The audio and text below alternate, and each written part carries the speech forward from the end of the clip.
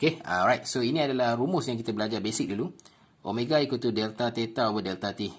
Okay, dan unit dia boleh dalam bentuk radian per second ataupun revolution per minute. Alright, so saya nak tambah lagi dua bentuk rumus. Okay, untuk omega ni. Omega tu ingat, nama dia angular frequency ataupun angular velocity. Jadi omega is equal to 2 pi f. F is for frequency. Yang dalam hertz tu. Okay. Dan kita juga boleh buat satu lagi rumus. Okay, disebabkan frekuensi, kita tahu frekuensi equal to 1 over t. T is the period, tempoh. Okay, t period kat sini, tempoh. F is frekuensi. So, rumus lagi tu adalah omega equal to 2 pi over t. Right, so same unit, radian per second. Cuma ini tambahan lagi dua lah rumus untuk omega. Untuk hari ni saya akan masuk persamaan yang seterusnya lah. Sebelum ni kita dah belajar berkenaan dengan omega. Omega tu adalah angular velocity ataupun nama lain dia adalah angular frequency. Ini simbol yang kita belajar itu. Dan kita belajar omega ni dia punya persamaan adalah sama dengan delta theta over delta t. Dan unit adalah radian per second. Dan kita dah pun buat latihan untuk penukaran unit lah itu. Jadi saya harap awak masih ingat lagi lah. Baiklah, seterusnya kita akan masuk ke persamaan yang seterusnya. Okey, untuk persamaan V equal to R omega. Jadi macam mana kita dapatkan persamaan V equal to R omega? V ni adalah untuk kita punya tangential velocity, okey, ataupun linear velocity. R ni adalah dia punya radius. Radius maksudnya setiap kali berlaku putaran, kita akan ada radius. Sebab circular motion ni dia akan wujud radius kat sini. Okey, dia jari untuk putaran ni lah, circular motion. Dan omega ni tadi adalah kita punya angular velocity. Right, so datang daripada equation yang kita pernah belajar sebelum ni dalam topik linear motion, gerakan garis lurus, yang mana V adalah sama dengan S bahagi dengan T ataupun delta S over delta T. Jadi kita ambil rumus dia daripada sini, delta S over delta T. Right, so sebelum ni saya pun dah bagi rumus untuk S, okay, untuk S circumference tu. Okay, sesaran secara lengkuk ni, maksudnya kita boleh ukur sesaran secara lengkuk ni dekat sini. Ini contoh S dia. Right. So, ini sama dengan R theta. Right. So, S equal to R theta ni kita letak di sini. Dan delta T kita bahagi. Dan untuk delta theta over delta T ni, dia akan sama juga dengan omega. Dan, dapatlah kita kat sini rumus delta S over delta T ni akan jadi dengan V ni. Okay. R ni kita bawa turun ke sini dan delta theta over delta T ni kita akan dapat omega. Jadi terbentuklah rumus V sama dengan R omega. Dan macam biasa untuk V ni unit dia adalah meter per second. Radius ni dalam meter. Omega ni dalam radian per second. Okay. Dan seterusnya pula untuk arah direction of linear velocity ni. Okay. At every point along the circular path is tangent to the point. Okey, ini untuk yang saya maksudkan tadi tangent velocity ataupun tangential velocity ataupun kita panggil sebagai linear velocity tadi. Alright, so yang pertama, perkara yang pertama kena tahu arah dia adalah tangent. Tangent ni maksud 90 darjah. Terhadap dia punya radius kat sini.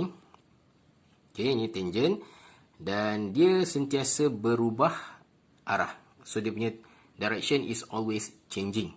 Okey, so yang ini contoh V ni menghala ke sini. Jadi bila kedudukan di sini, V dia pergi ke sebelah sini lah. Alright, so dia always changing direction.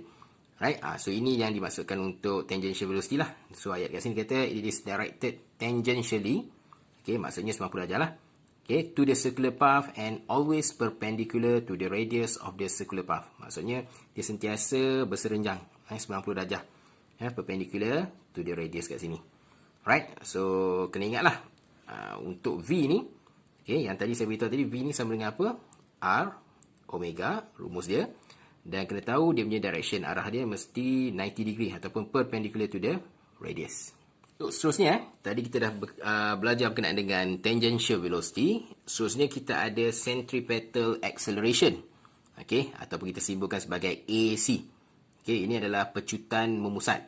Baiklah, sebelum ni saya dah beritahu yang nilai V kita tadi tu, tangential velocity tu, okey, nilai dia sentiasa constant. Contohnya V ni dekat sini, yang saya kata tadi 90 darjah ni. Okey, 90 degree to the radius. V ni sentiasa constant nilai dia. Contohlah kat sini 10 meter per second. Saya bagi contoh saja. Di sini pun V dia 10 meter per second. Alright, so nilai dia sama. Tapi kenapa pula ada centripetal acceleration? So, how this centripetal acceleration exists. Kenapa dia wujud? Okay, kita kena tengok kat sini. Dia punya velocity ni, tangential velocity ni is always changing direction. Dia sentiasa berubah arah. Okay, sebelum ni kalau kita nak kata memecut, contoh pelari pecut. Kenapa dinamakan cara lari pecut? Sebab dia bergerak, dia punya velocity increase.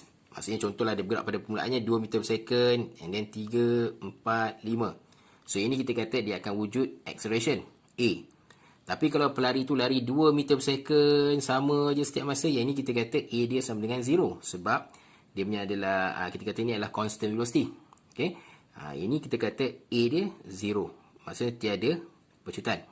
Okey, untuk kes yang ni pula, kita ada pecutan walaupun nilai V dia constant, disebabkan oleh V ni always changing direction. Dia berubah arah. Jadi bila dia berubah arah, akan wujud pecutan. Dan pecutan ni adalah berbeza dengan apa yang kita belajar dalam linear motion. Pecutan ni kita panggil sebagai centripetal acceleration, AC. Right? So this centripetal acceleration, okay, dia kata di sini, centripetal acceleration is defined as the acceleration of an object moving in circular path whose direction is towards the center of the circular path and whose magnitude is equal to the square of the speed divided by the radius. Alright, so sebelum tu, awak kena tahu yang dia punya pecutan AC ni, centripetal acceleration ni, pecutan memusat ni, dia akan sentiasa menghala ke pusat putaran. Okay, center of rotation di sini. Right? Dan dia pula 90 darjah dengan V.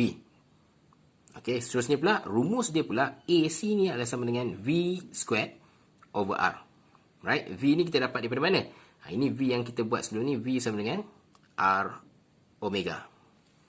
Right? So, R ni adalah dia punya radius lah. Jadi, kita punya nilai unit, unit untuk centripetal acceleration ni adalah ms negative 2. Sama yang macam kita belajar sebelum ni dalam case linear motion. Alright, so rumus ni kita boleh ubah menjadi satu lagi bentuk rumus.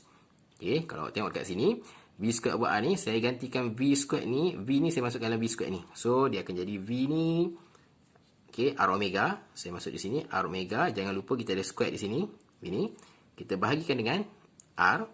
So, R squared omega squared divide with R. So, kita boleh potong satu R sini. Satu ni. So, rumus dia akan jadi R omega squared. So, ini pun rumus untuk centripetal acceleration lah. Okay, jelas Right, so perkara yang penting awak kena tahu dia arah AC mesti ke center of circular motion. Seterusnya pula, kita akan bercerita berkenaan dengan centripetal force. Okay, centripetal force di sini, okay, daya memusat ni. So, the centripetal force is defined as a force acting on a body, causing it to move in a circular path of magnitude. Jadi, daya ni yang menyebabkan dia bergerak dalam keadaan membulat lah, circular path. Okay. Its direction is in the same direction of the centripetal acceleration. Jadi, arah untuk centripetal force, centripetal force, okay. Okay, jadi arah untuk centripetal force, dia akan sama dengan arah centripetal acceleration. Right, so you tengok kat sini, FC equal to AC, arah dia. Dan sebelum ni kita belajar dalam hukum Newton yang kedua, summation of force equal to MA. Ini untuk gerakan dalam garis lurus. Okay, dalam kes yang ini pula, kita punya gerakan dalam circular motion, gerakan membulat. Alright, so dia punya summation is summation of force equal to MA, dia special sikit ada C kat sini, centripetal acceleration lah. Alright, so ingat, direction of centripetal force mesti sama dengan direction of centripetal acceleration. Baiklah, seterusnya pula, okay, berkenaan dengan centripetal force ni tadi. Okay, so di sini if the centripetal force suddenly stops, okay, to act on a body in the circular motion, so the body flies off in a straight line with the constant tangential linear speed as shown in figure. Okay, ini bermaksud contoh lah. Okey, ini katalah kita ada satu gerakan membulat, circular motion kat sini. Katalah saya letakkan satu tali kat sini, saya ikat pada objek di sini. Jadi, objek ni bergerak secara circular motion. Membulat lah. Contohlah, bila sampai dekat point sini.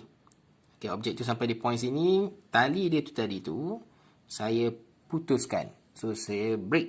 Okey, the string. Okey, bila dia putus kat situ, objek ni, okey, saya katakanlah objek ni sebagai batu lah contoh, stone kat sini. So, bila dia putus di sini, stone ni akan bergerak ke mana? Jadi jawapan dia akan bergerak mengikut arah tangential velocity. Okay, so kalau you tengok dekat sini, V dia pergi ke sebelah sini kan. So bila putus di sini, dia akan pergi direct ke sini. Okay, kalau contoh objek itu berada dekat sini, katalah tali itu break kat sini, putus. Okay, so you punya objek ni, dia akan bergerak ke sini lah, direction. Okay, so make sure, ingat kalau dia break anything kat sini, tali ni, okay, direction of the object, body ataupun stone kat sini, dia mesti ikut arah tangential velocity. Seterusnya, saya akan masuk bahagian free body diagram pula. Ini contoh, katalah kita ada satu objek. Objek ni contoh kita ada satu bola kat sini, diikat pada tali. Jadi saya buat dia berpusing secara horizontal. So dia swing horizontally, berpusing dekat sini, in circular motion. Alright, V ni menandakan bahawa ini adalah dia punya tangential velocity. Alright, kalau soalan minta draw free body diagram for the ball. Okay, so untuk case ni saya akan lukis dulu pada tali dan objek ni. Alright, so objek ni dia akan ada apa?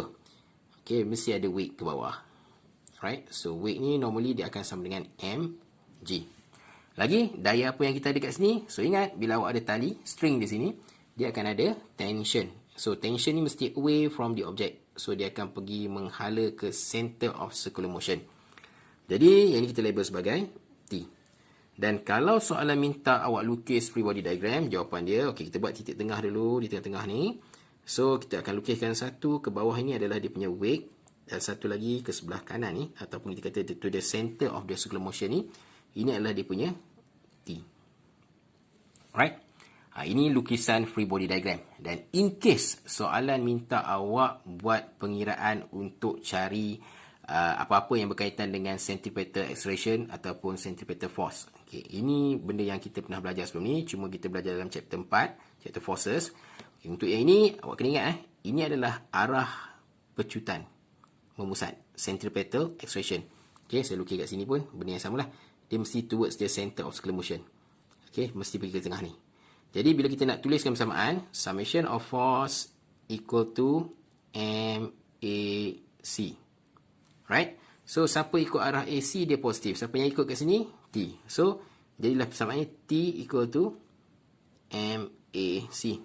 Jadi, soalan boleh minta awak untuk calculate nilai tension boleh, nilai AC boleh, nilai V pun boleh. Okey, kalau dia nak nilai V, persamaannya akan berubah jadi T equal to mv squared over R.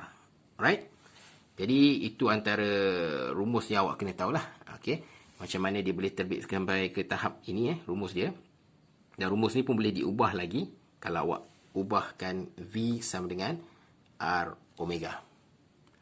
Alright? So, itu untuk macam mana awak nak kira nilai tension ataupun centripetal acceleration.